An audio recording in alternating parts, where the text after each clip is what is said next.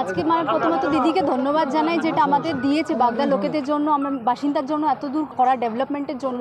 তা আমরা চাই যে দিদিকে আমরা এটা জিতে, আমরা সিটটা জিতে উপহার যেন আমরা দিতে পারি।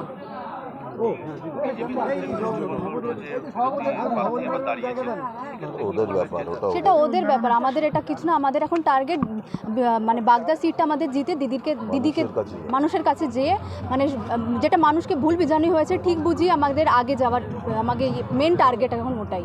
দেখুন, প্রথম মধুপর্ণা এটা বলেছে, এটা বিজেপির নিজস্ব ম্যাটার। তার মধ্যে আমাদের তৃণমূলের লক্ষ্য হচ্ছে আমরা মানুষের কাছে যাব মধুপর্ণাকে সামনে রেখে।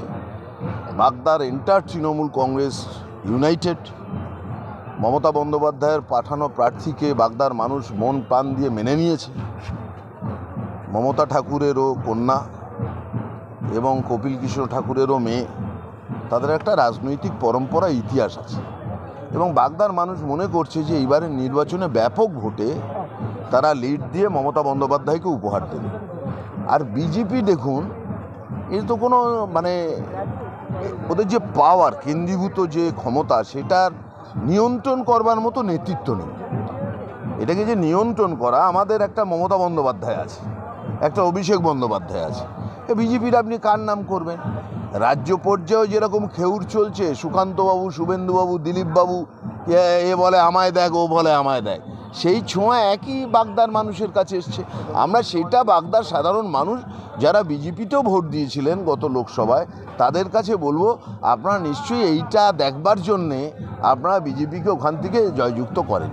দলের পক্ষ থেকে, বিজেপি দলের পক্ষ থেকে একজন প্রার্থী দেওয়া হয়েছে, কিন্তু তারপরে দেখা গেল গতকাল বাগদার এক অংশের বিজেপি নেতৃত্ব তারা স্থানীয় একজন প্রার্থী হিসাবে নাম ঘোষণা করলেন এবং বিজেপির পতাকা নিয়েই তারা আবার মিছিল করলেন। এটা আপনারা কীভাবে দেখছেন? এটা তাদের বিষয়, তারা বলবেন। শেষ পর্যন্ত দেখুন কি হয়। আমরা এন্টার মানুষের বক্তব্য আমরা শুনতে চাই। আমরা তৃণমূলের আমাদের যে প্রার্থী হয়েছে মধুপর্ণা ঠাকুর, সে বাগদার মানুষের প্রার্থী। সুতরাং সেখানে কোনো যদি বিজেপির কর্মী বন্ধুরা, সমর্থকরা তার সাথেও কথা বলতে চায়, আমাদের প্রার্থী বা আমাদের দল সেক্ষেত্রে আমরা প্রস্তুত আছি।